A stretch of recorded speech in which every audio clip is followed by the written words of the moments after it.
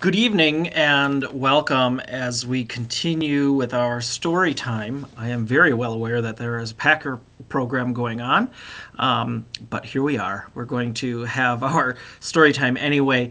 It's been a fantastic evening. We had our caroling event and dinner today. It was so great to see so many people come out and enjoy some wonderful food and some great music. We had some great high school performers from our local high school, and it was just a wonderful evening of music making. And so we end our evening today with Stave 3. We have two more to go. And this is the second of three spirits. This is the Ghost of Christmas Present. So last week we had the Ghost of Christmas Past, when Scrooge was taken into his past. And the week before that was the beginning, where Marley's ghost appears. So we have today the Ghost of Christmas Present. Awaking in the middle of a prodigiously tough snore, and sitting up in bed to get his thoughts together, Scrooge had no occasion to be told that the bell was again upon the stroke. He felt that he was restored to consciousness in the right nick of time, for the especial purpose of holding a conference with the second messenger dispatched to him through Jacob Marley's intervention. But finding that he turned uncomfortably cold when he began to wonder which of his curtains this new spectre would draw back, he put them every one aside with his own hands, and laying down again, established a sharp lookout all around the bed. For he wished to challenge the spirit on the moment of its appearance, and did not wish to be taken by surprise and made nervous. Gentlemen of the free and easy sort, who plume themselves on being acquainted with a move or two, and being usually equal to the time of day, express the wide range of their capacity for adventure by observing that they are good for anything from pitch and toss to manslaughter, between which opposite extremes, no doubt, there lies a tolerably wide and comprehensive range of subjects. Without venturing for Scrooge quite as heartily as this, I don't mind calling on you to believe that he was ready for a good broad field of strange appearances, and that nothing between a baby and a rhinoceros would have astonished him very much. Now, being prepared for almost anything, he was not by any means prepared for nothing, and consequently, when the bell struck one and no shape appeared, he was taken with a violent fit of trembling. 5 minutes, 10 minutes, a quarter of an hour went by, yet nothing came. All this time he laid on his bed, the very core and center of a blaze of ruddy light, which streamed upon it when the clock proclaimed the hour, and which, being only light, was more alarming than a dozen ghosts, as he was powerless to make out what it meant, or would be at, and was sometimes apprehensive that he might be at that very moment an interesting case of spontaneous combustion, without having the consolation of knowing it. At last, however, he began to think, as you or I would have thought at first, for it always the person not in the predicament who knows what ought to have been done in it, and would unquestionably have done it too. At last, I say, he began to think that the source and secret of this ghostly light might be in the adjoining room, from whence, on further tracing it, it seemed to shine. This idea of taking full possession of his mind, he got up and softly shuffled in his slippers to the door. The moment Scrooge's hand was on the lock, a strange voice called him by his name and bade him enter. He obeyed. It was his own room. There was no doubt about that, but it had undergone a surprising transformation. The walls and ceiling were so hung with living green that it looked a perfect grove, from every part of which bright gleaming berries glistened. The crisp leaves of holly, mistletoe, and ivy reflected back the light, as if so many little mirrors had been scattered there. And such a mighty blaze went roaring up in the chimney, as the dull petrification of the hearth had never known in Scrooge's time, or Marley's, or for many and many a winter season gone. Heaped up on the floor, To form a kind of throne were turkeys, geese, game, poultry, brawn, great joints of meat, sucking pigs, long wreaths of sausages, mince pies, plum puddings, barrels of oysters, red-hot chestnuts, cherry-cheeked apples, juicy oranges, luscious pears, immense twelfth cakes, and seething bowls of punch that made the chamber dim with their delicious steam. In easy state upon his couch there sat a jolly giant, glorious to see, who bore a glowing torch in a shape not unlike Plenty's horn, and held it up high to shed its light on Scrooge as he came peeping round the door. "Come in!" exclaimed the ghost. "Come in and know me better, man." Scrooge entered timidly and hung his head before the spirit. He was not the dogged Scrooge he had been, and though its eyes were clear and kind, he did not like to meet them. "I am the ghost of Christmas present," said the spirit. "Look upon me." Scrooge reverently did so. He was clothed in one simple deep green robe or mantle, bordered with white fur. This garment hung so loosely on its figure that its capacious breast was bare, as if disdaining to be warded or concealed by any artifice. Its feet, observable beneath the ample folds of the garment, were also bare, and on its head it wore no other covering than a holly wreath set here and there with shining icicles. Its dark brown curls were long and free as its genial face, its sparkling eye, its open hand, its cheery voice, its unconstrained demeanor, and its joyful air. Girded round its middle was an antique scabbard, but no sword was in it, and the ancient sheath was eaten up with rust. "You have never seen the like of me before," exclaimed the spirit. "Never," said Scrooge, answer to it. "Have never walked forth with the younger brothers of my family, meaning, for I am very young, my elder brothers born in these later years?" pursued the phantom. "I don't think I have," said Scrooge. "I am afraid I have not. Have you had many brothers, spirit?" "More than 1,800, said the ghost. "A tremendous family to provide for," muttered Scrooge. The ghost of Christmas present rose. "Spirit," said Scrooge submissively, "conduct me where you will. I went forth last night on compulsion, and I learnt a lesson which is working now. Tonight, if you have aught to teach me, let me profit by it." "Touch my robe." Scrooge did as he was told and held fast. Holly, mistletoe, red berries, ivy, turkeys, geese, game, poultry, brawn, meat, pigs, sausages, oysters, pies, puddings, fruit, and punch all vanished instantly.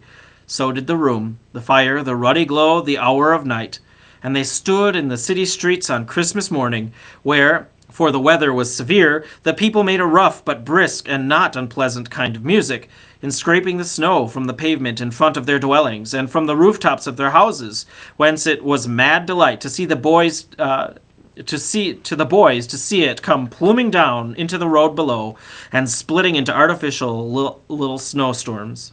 The house fronts looked black enough, and the windows blacker, contrasting with the smooth, white sheet of snow upon the roofs, and with the dirtier snow upon the ground, which last deposit had been plowed up in deep furrows by the heavy wheels of carts and wagons. Furrows that crossed and recrossed each other hundreds of times, where the great streets branched off and made intricate channels hard to trace in the thick yellow mud and icy water. The sky was gloomy, and the shortest streets were choked up with a dingy mist, half thawed, half frozen, whose heavier particles descended in a shower of sooty atoms, as if all the chimneys in Great Britain had, by one consent, caught fire, and were blazing away to their dear hearts' content. There was nothing very cheerful in the climate or the town, and yet there was an air of cheerfulness abroad that the clearest summer air and brightest summer sun might have endeavored to diffuse in vain. For the people who were shoveling away on the housetops were jovial and full of glee, calling out to one another from the parapets, and then exchanged a fictitious snowball, better-natured missile far than many a wordy jest, laughing heartily if it went right, and not less heartily if it went wrong. The poulterers' shops were still half open, and the fruiterers were radiant in their glory. There were great, round, pot-bellied baskets of chestnuts, shaped like the waistcoats of jolly old gentlemen, lolling at the doors and tumbling out into the streets in their apoplectic opulence. There were ruddy, brown-faced, broad-girthed Spanish onions, shining in the fatness and the growth like Spanish friars, and winking from their shelves in wanton slyness at the girls as they went by, and glanced demurely at the hung-up mistletoe. There were pears and apples, clustered high in blooming pyramids. There were bunches of grapes made in the shopkeeper's benevolence to dangle from copious hooks that people's mouths might water gratis as they passed. There were piles of filberts, mossy and brown, recalling their fragrance, ancient walks among the woods, and the pleasant shufflings, ankle-deep, though withered leaves. There were Norfolk biffins, a squad and swarthy, setting off the yellow of the oranges and lemons, and in the great compactness of their juicy persons, urgently entreating and beseeching to be carried home in paper bags and eaten after dinner. The very gold and silver fish set forth among those choice fruits in a bowl, though members of a dull and stagnant-blooded race, appeared to know that there was something going on, and, to a fish, went gasping round and round their little world in slow and passionless excitement.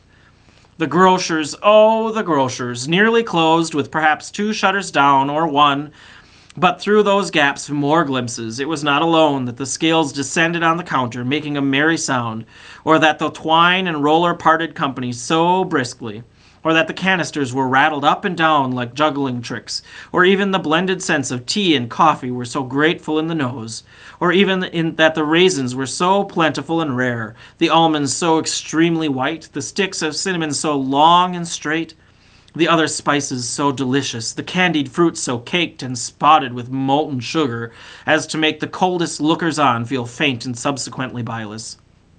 Nor was it the figs were moist and pulpy, or the French plums blushed in modest tartness from their highly decorated boxes, or that everything was good to eat and in its Christmas dress, but the customers were all so hurried and so eager in the hopeful promise of the day that they tumbled up against each other at the door, clashing their wicker baskets widely, and left their purchases upon the counter and came running back to fetch them, and committed hundreds of the like mistakes in the best humor possible, while the grocer and his people were so frank and fresh that the polished hearts with which they fastened their aprons behind might have been their own, worn outside for general inspection, and for Christmas daws to peck at it if they chose. But soon the steeples called good people all to church and chapel, and away they came, flocking through the streets in their best clothes and with their gayest faces. And at the same time there emerged from scores of by-streets, lanes, and nameless turnings innumerable people carrying their dinners to the bakers' shops. The sight of these poor revelers appeared to interest the spirit very much, for he stood with Scrooge beside him in a baker's doorway, and taking off the covers as their bearers passed, sprinkled incense on their dinners from his torch. And it was very uncommon kind of torch, for once or twice, when there were angry words between some dinner carriers who had jostled with each other, he shed a few drops of water on them from it, and their good humor was restored directly. For they said it was a shame to quarrel upon Christmas Day, and so it was. God love it, so it was.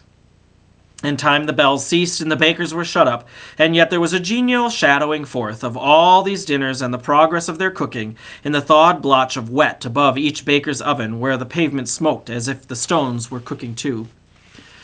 "Is there a particular flavor in what you sprinkle from your torch?" asked Scrooge. "There is. My own."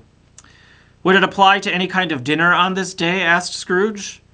"To any kindly given, to a poor one most." "Why to the poor one most?" asked Scrooge. "Because it needs it most." "Spirit," said Scrooge after a moment's thought, "I wonder you, of all the things in the many worlds about us, should desire to cramp these people's opportunities of innocent enjoyment." "Aye," cried the Spirit. "You would deprive them of their means of dining every 7th day, often the only day on which they can be said to dine at all," said Scrooge, "wouldn't you?" "Aye," cried the Spirit. "You seek to close these places on the 7th day," said Scrooge. "And it comes to the same thing." "I seek," exclaimed the Spirit. "Forgive me if I am wrong. It has been done in your name, or at least in that of your family," said Scrooge. "There are some upon this earth of yours," returned the Spirit, "who lay claim to know us, and who do their deeds of passion, pride, ill will, hatred, envy, bigotry, and selfish in your name, who are as strange to us and all our kith and kin as if they had never lived. Remember that, and charge their doings on themselves, not us." Scrooge promised that he would, and they went on, invisible as they had been before, into the suburbs of the town. It was a remarkable quality of the ghost, which Scrooge had observed at the baker's, that, notwithstanding his gigantic size, he could accommodate himself to any place with ease, and that he stood beneath a low roof quite as gracefully like a supernatural creature as it was possible he could have done at any lofty hall. And perhaps it was the pleasure the good spirit had in showing off his power of his, or else it was his own kind, generous, hearty nature, and his sympathy with all poor men that led him straight to Scrooge's clerks. For there he went, and Scrooge took with him, holding his robe, and on the threshold of the door the spirit smiled and stopped to bless Bob Cratchit's dwelling with the sprinklings of his torch. Think of that! Bob had but 15 bob a week himself. He pocketed on Saturdays, but 15 copies of his Christian name, and yet the ghost of Christmas present blessed his 4-roomed house. Then up rose Mrs. Cratchit, Cratchit's wife, dressed out but poorly on a twice-turned gown, but brave in ribbons, which are cheap, and made a goodly show for 6 pence. And she laid the cloth, assisted by Belinda Cratchit, second of her daughters, also brave in ribbons, while Master Peter Cratchit plunged a fork into the saucepan of potatoes, and getting the corners of his monstrous shirt collar, Bob's private property, conferred upon his son and heir in honor of the day, into his mouth, rejoiced to find himself so gallantly attired, and yearned to show his linen in the fashionable parks. And now 2 smaller Cratchits, boy and girl, came tearing in, screaming that outside the baker's they smelt the goose, and known it for their own, and basking in luxurious thoughts of sage and onion, these young Cratchits danced about the table and exalted Master Peter Cratchit to the skies, while he, not proud, although his collars nearly choked him, blew the fire until the slow potatoes bubbling up knocked loudly on the saucepan lid to be let out and peeled. What has ever got your precious father, then?" said Mrs. Cratchit. "And your brother, Tiny Tim, and Martha warn't as late last Christmas Day by half an hour." "Here's Martha, mother," said a girl, appearing as she spoke. "Here's Martha, mother," cried the 2 young Cratchits. "Hurrah! There's such a goose, Martha." "Why, bless your heart alive, my dear, how late you are," said Mrs. Cratchit, kissing her a dozen times and taking off her shawl and bonnet for her with officious zeal. "We'd a deal of work to finish up last night," replied the girl, "and had to clear away this morning, mother." "Well, never mind so long as you are come," said Mrs. Cratchit. "Sit ye down before the fire, my dear, and have a warm, Lord bless ye." "No, no, there's father coming," cried the 2 young Cratchits, who were everywhere at once. "Hide, Martha, hide!" So Martha hid herself, and in came little Bob, the father, with at least 3 little feet of comforter exclusive to the fringe, hanging down upon him, and his threadbare clothes darned up and brushed to look seasonable, and Tiny Tim upon his shoulder. Alas for Tiny Tim! He bore a little crutch, and his little limbs supported by an iron frame. "Why, where's our Martha?" cried Bob Cratchit, looking around. "Not coming," said Mrs. Cratchit. "Not coming," said Bob, with a sudden declension in his high spirits, for he had been Tim's blood horse all the way home from church, and had come home rampant.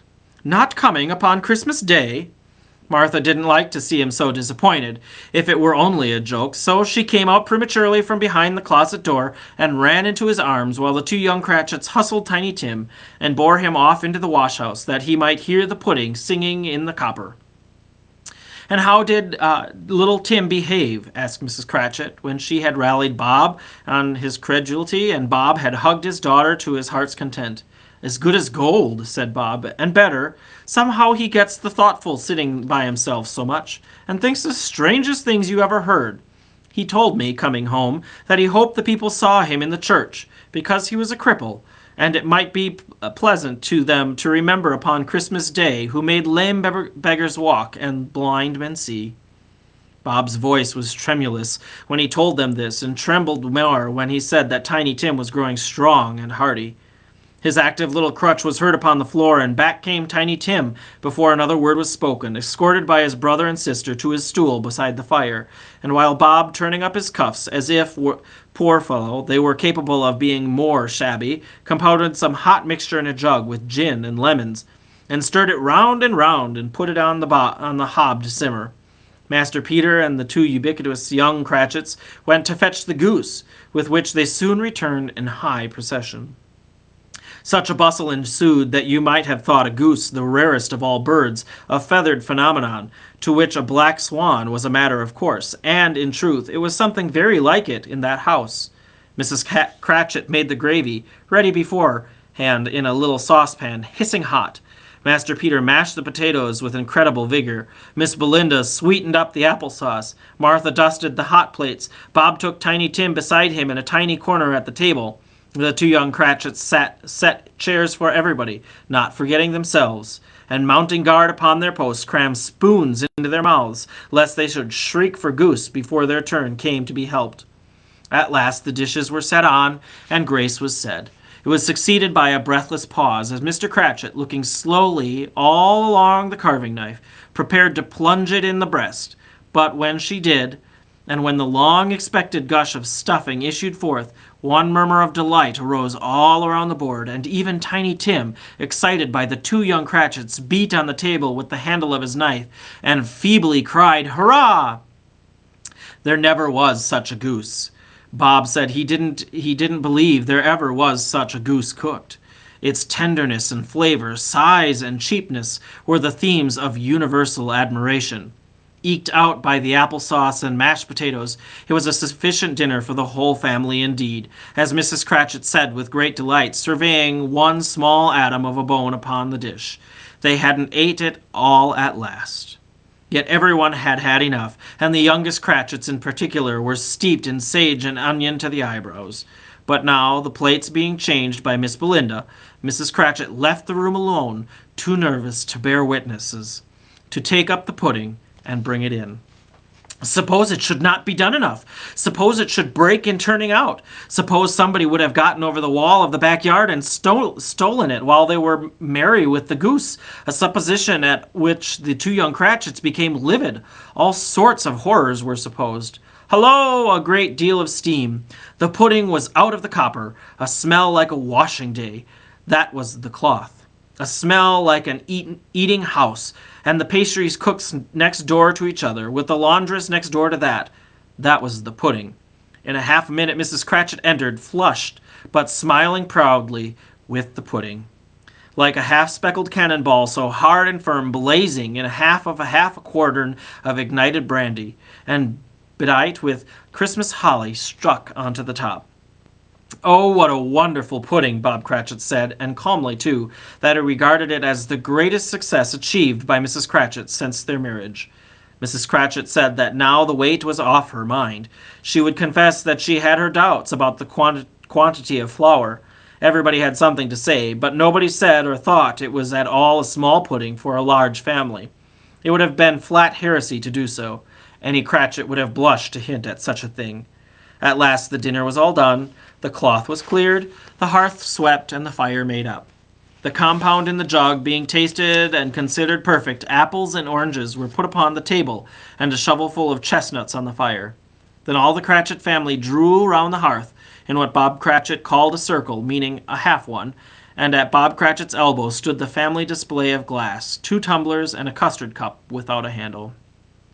These held the hot stuff from the jug, however, as well as a golden goblets would have done, and Bob served it out with beaming looks, while the chestnuts on the fire sputtered and crackled noisily. Then Bob proposed, "A Merry Christmas to us all, my dears. God bless us." With all the family re-echoed. "God bless us, every one," said Tiny Tim, the last of all. He sat very close to his father's side upon his little stool. Bob held his withered little hand in his, as if he loved the child, and wished to keep him by his side, and dreaded that he might be taken from him. "Spirit," said Scrooge, in an interest he had never felt before, "tell me if Tiny Tim will live." "I see a vacant seat," replied the ghost, "in the poor chimney corner, and a crutch without an owner, carefully preserved. If these shadows remain unaltered by the future, the child will die." "No, no," said Scrooge. "Oh, no, kind spirit. Say he will be spared.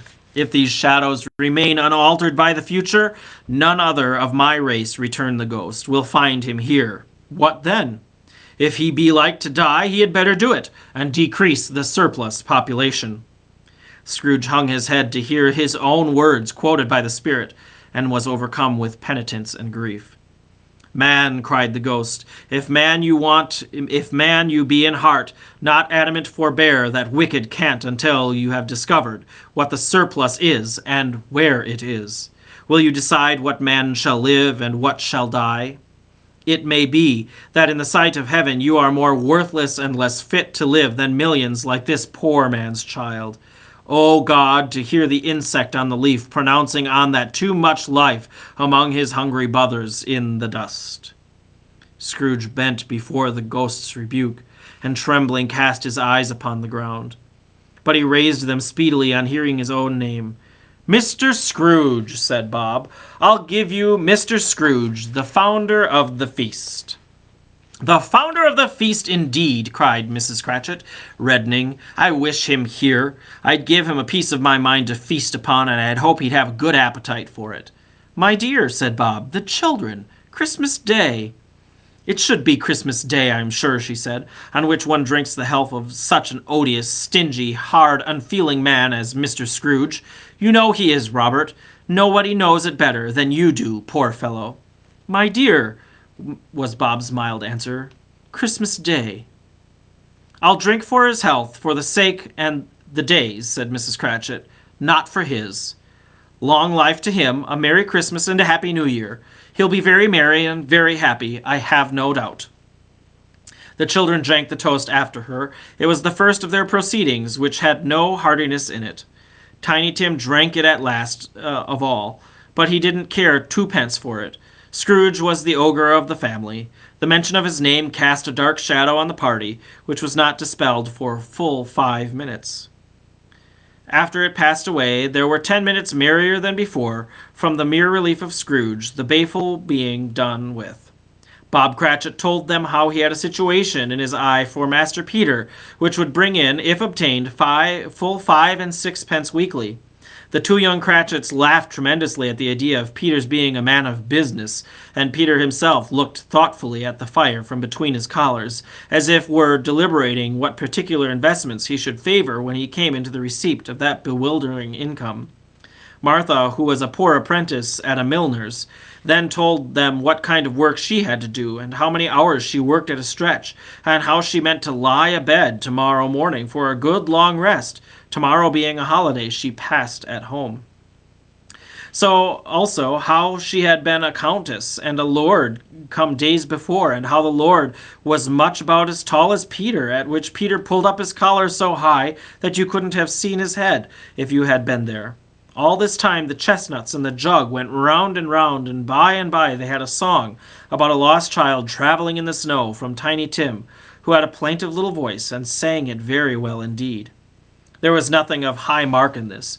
There was not a handsome family. They were not well dressed. Their shoes were far from being waterproof. Their clothes were scanty. And Peter might have known, and very likely did, the inside of a pawnbroker's. But they were happy, grateful, pleased with one another, and contented with time, and all when they faded, and looked happier yet in the bright sprinklings of the spirit's torch at parting. Scrooge had his eye upon them, and especially on Tiny Tim, until the last. By this time it was getting dark and snowing pretty heavily, and as Scrooge and the spirit went along the streets, the brightness of the roaring fires in kitchens, parlors, and all sorts of rooms was wonderful. Here the flickering of the blaze showed preparations for a cozy dinner, with hot plates baking through and through before the fire, and deep red curtains ready to be drawn, to shut out the cold and darkness. There all the children of the house were running out into the snow to meet their married sisters and brothers and cousins and uncles and aunts, and be the first to greet them. Here again were shadows on the window blind of guests assembling, and there a group of handsome girls all hooded and fur-booted, and all chattering at once, tripped lightly off to some near neighbor's house, where, woe upon the single man who saw them enter, artful witches, well they knew it, in all glow. But if you had judged from the number of people on their way to friendly gatherings, you might have thought that no one was at their home to give them welcome when they got there, instead of every house expecting company and piling up its fires half chimney high. Blessings on it, how the ghost exulted, how it bared its breadth of breast, and opened its capacious palm, and floated on, outpouring with a generous hand its bright and harmless mirth on everything within its reach. The very lamplighter who ran on before, dotting the dusky street with specks of light, and who was dressed to spend the evening somewhere, laughed out loudly as the spirit passed, though little kenned the lamplighter that he had any company but Christmas. And now, without a word of warning from the ghost, they stood upon a bleak and desert moor, where monstrous masses of rude stone were cast about, as though it were the burial place of giants, and water spread itself whereso it listed, or would have done so. But for the frost it held it prisoner, and nothing grew but moss and furze, and coarse, rank grass. Down in the west the setting sun had left a streak of fiery red, which glared upon the desolation for an instant like a sullen eye, and frowning lower, lower, lower yet, was lost in the thick gloom of darkest night. "What place is this?" asked Scrooge. "A place where miners live, who labor in the bowels of the earth," returned the spirit. "But they know me. See!"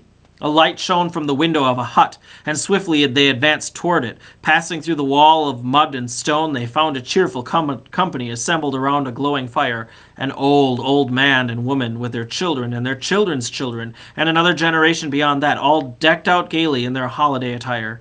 The old man, in a voice that seldom rose above the howling of the wind upon the barren waste, was singing them a Christmas song.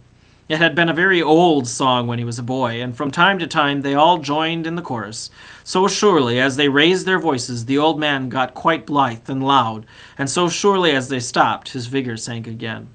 The spirit did not tarry there, but bade Scrooge hold his robe, and passing on above the moor, spread whither? Not to sea, to sea. To Scrooge's horror, looking back, he saw the last of the land, a frightening range of rocks behind them, and his ears were deafened by the thundering of water as it rolled and roared and raged among the dreadful caverns it had worn and fiercely tried to undermine the earth. Built upon a dismal reef of sunken rocks, some league or so from shore, on which the waters chafed and dashed, the wild year through, there stood a solitary lighthouse. Great heaps of seaweed clung to its base, and storm birds, born of the wind, one might suppose, as seaweed of the water, rose and fell about it, like the waves they skimmed. But here, even here, two men who watched the light had made a fire, that through the loophole in the thick stone wall shed out a ray of brightness on the awful sea. Joining their horny heads over the rough table in which they sat, they wished each other Merry Christmas in their can of grog, and one of them, the elder two, with his face all damaged and scarred with hard weather, as the figure held of an old ship might be, struck up a sturdy song that was like a gale in itself. Again the ghost sped on, above the black and heaving sea, on, until, being far away, as he told Scrooge, from any shore, they lighted on a ship.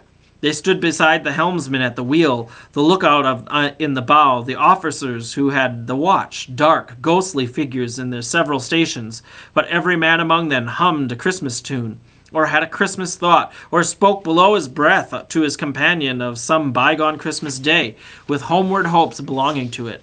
And every man on board, waking or sleeping, good or bad, had a kinder word for one another on that day than any other day of the year, and had shared to some extent in its festivities, and had remembered those he cared for at a distance, and had known that they delighted to remember him. It was a great surprise to Scrooge, while listening to the moaning of the wind, and thinking that what a solemn thing it was to move on through the lonely darkness over an unknown abyss, whose depths were secrets as profound as death. It was a great surprise to Scrooge, while thus engaged, to hear a hearty laugh.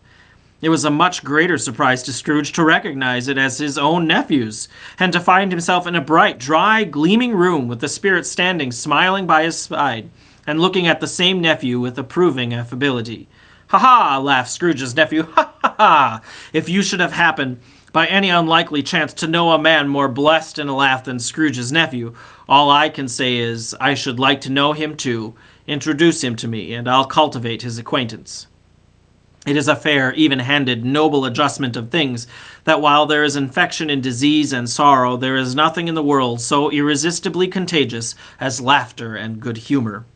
When Scrooge's nephew laughed in this way, holding his sides, rolling his head, and twisting his face to the most extravagant contortions, Scrooge's niece, by marriage, laughed as heartily as he, and their assembled friends, being not a bit behindhand, roared out lustily, "Ha, ha, ha! He said that Christmas was a humbug. As I live," cried Scrooge's nephew, "he believed it too." "More shame for him, Fred," said Scrooge's niece, indignantly. "Bless those women, they never do anything by halves. They are always in earnest." She was very pretty, exceedingly pretty, with a dimpled, surprised look, capital face, a ripe little mouth that seemed made to be kissed, as no doubt it was, all kinds of good little dots about her chin that melted into one another when she laughed, and the sunniest pair of eyes you ever saw in any little creature's head, although she was what you would have called provoking, you know, but satisfactory too. Oh, perfectly satisfactory. "He's a comical old fellow," said Scrooge's nephew. "That's the truth, and not so unpleasant as he might be. However, his offences carry their own punishment, and I've nothing to say against him." "I am sure he is very rich, Fred," hinted Scrooge's niece. "At least, you always tell me so." "What of that, my dear?" said Scrooge's nephew. "His wealth is of no use to him. He don't do any good with it. He don't make himself comfortable with it. He hasn't the satisfaction of thinking, ha, ha, ha, that he is ever going to benefit us with it." "I have no patience with him," observed Scrooge's niece. Scrooge's niece's sisters and all the other ladies expressed the same opinion. "Oh, I have," said Scrooge's nephew. "I am sorry for him. I couldn't be angry with him if I tried. Who suffers by his ill whims? Himself always. Here he takes it into his head to dislike us, and he won't come and dine with us. What's the conscience? He don't lose much of a dinner. Indeed, I think he loses a very good dinner," interrupted Scrooge's niece. Everybody else said the same, and they must be allowed to have been competent judges, because they had just had dinner, and, with the dessert upon the table, were clustered round the fire by lamplight. "Well, I am very glad to hear it," said Scrooge's nephew, "because I haven't any great faith in these young housekeepers. What do you say, Topper?" Topper had clearly got his eye upon one of Scrooge's niece's sisters, for he answered that a bachelor was a wretched outcast who had no right to express an opinion on the subject. Whereat Scrooge's niece's sister, the plump one with the lace tucker, not the one with the roses, blushed. "Do go on, Fred," said Scrooge's niece, clapping her hands. "He never finishes what he begins to say. He is such a ridiculous fellow." Scrooge's nephew revelled in another laugh, and as it was impossible to keep the infection off, though the plump sister tried hard to do it with an aromatic vinegar, his example was unanimously followed.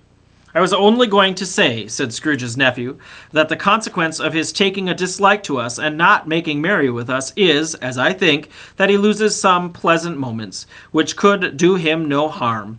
I am sure he loses pleasanter companions than he can find in his own thoughts, either in his mouldy old office or his dusty chambers. I mean to give him the same chance every year, whether he likes it or not, for I pity him. He may rail at Christmas till he dies, but he can't help thinking better of it. I defy him. If he finds me going there in good temper year after year and saying, 'Uncle Scrooge, how are you?' If it puts him in the vein to leave his poor clerk £50, that's something, and I think I shook him yesterday."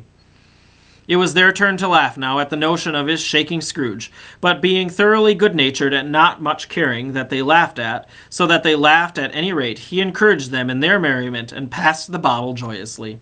After tea they had some music, for they were a musical family and knew what they were about, when they sung a glee or catch, and I can assure you, especially Topper, who would growl away at the bass like a good one, and never swell the large veins in his forehead or get red in the face over it.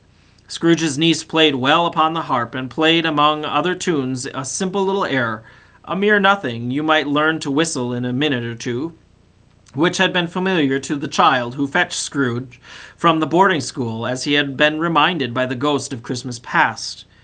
When this strain of music sounded, all the things that ghost had shown him came into his mind. He softened more and more, and thought that if he could have listened to it often years ago, he might have cultivated the kindness of life for his own happiness with his own hands, without resorting to the sexton's spade that buried Joseph Marley. but they didn't devote the whole evening to music. After a while, they played at forfeits, for it was good to be children sometimes, and never better than at Christmas, when it was mighty founder was a child himself. Stop! There was a first game at Blind Man's Bluff, of course there was, and I spy no more believer than Topper was really blind than I believe he had eyes in his boots. My opinion is that it was a done thing between him and Scrooge's nephew, and that the ghost of Christmas present knew it. The way he went after that plump sister in the lace tucker was an outrage on the credulity of human nature, knocking down the fire irons, tumbling over the chairs, bumping up against the piano, smothering himself among the curtains. Wherever she went, there went he. He always knew where the plump sister was. He couldn't catch anybody else. If you had fallen up against him, or some of them did, and stood there, he would have made a feint of endeavoring to seize you, which would have been an affront to your understanding, and would instantly have sidled off in the direction of the plump sister. She often cried out that it wasn't fair, and it really was not. But at last he caught her, when, in spite of all her silken rustlings and her rapid flutterings past him, he got her into a corner whence there was no escape. Then he conducted was the most execrable. By his pretending not to know her, his pretending that it was not necessary to touch her headdress, and further to assure himself of her identity by pressing a certain ring upon her finger, and a certain chain about her neck was vile, monstrous. No doubt she had told him her opinion of it, when, another blind man being in office, they were so confidential together behind the curtains. Scrooge's niece was not one of the blind man's buff party, but was made comfortable with a large chair and a footstool in a snug corner, where the ghost and Scrooge were close behind her. But she joined in the forfeits, and loved in her love to admiration with all the letters of the alphabet. Likewise, at the game of how, when, and where, she was very great, and to the secret of joy of Scrooge's nephew beat her sisters hollow, though they were sharp girls too, as Topper could have told you. There might have been 20 people there, young and old, but they all played, and so did Scrooge, for wholly forgetting in the interest he had in what was going on, that his voice made no sound in their ears. He sometimes came out with the guess quite loud, and very often guessed right, too, for the sharpest needle, best Whitechapel warrant not to cut in the eye, not sharper than Scrooge, blunt as he took it in the head to be. The ghost was gratefully pleased to find him in this mood, and looked upon him with such favor that he begged like a boy to be allowed to stay until the guest departed. But the spirit said it could not be done. "Here's a new game," said Scrooge. "Only half-hour, spirit, only one." It was a game called Yes and No, where Scrooge's nephew had to think of something, and the rest must find out what. He only answered to their questions yes or no, as the case was. The brisk fire of questioning to which he exposed elicited from him that he was thinking of an animal, a live animal, a rather disagreeable animal, a savage animal, an animal that growled and grunted sometimes, and talked sometimes, and lived in London, and walked about the streets, and wasn't made a show of, and wasn't led by anybody, and didn't live in a menagerie, and was never killed in a market, and was not a horse, or an ass, or a cow, or a bull, or a tiger, or a dog, or a pig, or a cat, or a bear. At every fresh question that was put to him, his nephew burst into a fresh roar of laughter, and was so inexpressibly tickled that he was obliged to get up off the sofa and stamp. At last the plump sister, falling into a similar state, cried out, "I have found it! I know what it is, Fred! I know what it is!" "What is it?" cried Fred. "It's your Uncle Scrooge!"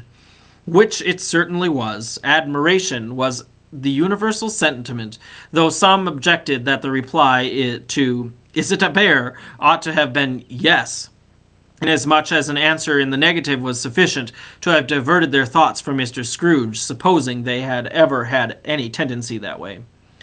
"He has given us plenty of merriment, I am sure," said Fred, "and it would be ungrateful not to drink to his health. Here is a glass of mulled wine ready to our hand at that moment, and I say, Uncle Scrooge." "Well, Uncle Scrooge," they cried. "A very Merry Christmas and a Happy New Year to the old man, whatever he is," said Scrooge's nephew. "He wouldn't take it from me, but may he have it. Nevertheless, Uncle Scrooge." Uncle Scrooge had imperceptibly become so gay and light of heart that he would have pledged the unconscious company in return, and thanked them in an audible speech if the ghost had given him time. But the whole scene passed off in the breath of the last words spoken by his nephew, and he and the spirit were again upon their travels. Much they saw, and far they went, and many homes they visited, but always with a happy end. The spirit stood behind sick beds. They were cheerful on foreign lands, and they were close at home by struggling men, and they were patient in their greater hope by poverty, and it was rich, an almshouse, hospital, and jail, in misery's every refuge, where vain man in his little brief authority had not made fast the door, and barred the spirit out. He left his blessing, and taught Scrooge his precepts. It was a long night, if it were only a night, but Scrooge had his doubts of this, because the Christmas holidays appeared to be condensed into the space of time they passed together. It was strange, too, that while Scrooge remained unaltered in his outward form, the ghost grew older, clearly older. Scrooge had observed this change, but never spoke of it until they left a children's 12th night party, when, looking at the spirit as they stood together in an open place, he noticed that his hair was gray. "Are spirits' lives so short?" asked Scrooge. "My life upon this globe is very brief," replied the ghost. "It ends tonight." "Tonight!" cried Scrooge. "Tonight at midnight. Hark! The time is drawing near." The chimes were ringing the 3/4 past 11 at the moment. "Forgive me if I am not justified in what I ask," said Scrooge, looking intently at the spirit's robe, "but I see something strange and not belonging to yourself protruding from your skirts. Is it a foot or a claw?" "It might be a claw, for the flesh there is upon it," said the spirit's sorrowful reply. "Look here." From the foldings of his robes it brought 2 children, wretched, abject, frightful, hideous, miserable. They knelt at its feet and clung upon the outside of its garment. "Oh, man, look here! Look down here!" exclaimed the ghost. They were a boy and a girl, yellow, meager, ragged, scowling, wolfish, but prostrate too in their humility. Where graceful youth should have filled their features out and touched them with its freshest tints, a stale and shriveled hand, like that of age, had pinched and twisted them and pulled them into sheds. Where angels might have sat enthroned, devils lurked and glared out menacing. No change, no degradation, no perversion of humanity in any grade, though all the mysteries of wonderful creation has monsters half so horrible and dread. Scrooge yelled back, appalled. Having them shown to him in his way, he tried to say they were fine children, but the words choked themselves, rather than be parties of a lie of such enormous magnitude. "Spirit, are they yours?" Scrooge could say no more. "They are man's," said the spirit, looking down upon them, "and they cling to me, appealing from their fathers. This boy is ignorance, this girl is want. Beware them both, and all of their degree, but most of all beware this boy, for on his brow I see that written which is doom, unless the writing be erased." "Deny it," cried the spirit, stretching out his hand towards the city. "Slander those who tell it ye, admit it for your fictitious purposes, and make it worse, and bide the end." "Have they no refuge or resource?" cried Scrooge. "Are there no prisons?" said the spirit, turning on from him for the last time with his own words. "Are there no workhouses?" The bell struck 12. Scrooge looked about him for the ghost, and saw it not. As the last stroke ceased to vibrate, he remembered the prediction of old Jacob Marley, and lifting up his eyes, beheld a solemn phantom, draped and hooded, coming like a mist along the ground towards him. Here ends Stave 3. We will pick up Stave 4 next week as we begin our final 2 chapters of our book. Thank you for joining me, and we'll see you next Sunday for our next Sunday story time. Be well, and we'll see you soon. Bye-bye.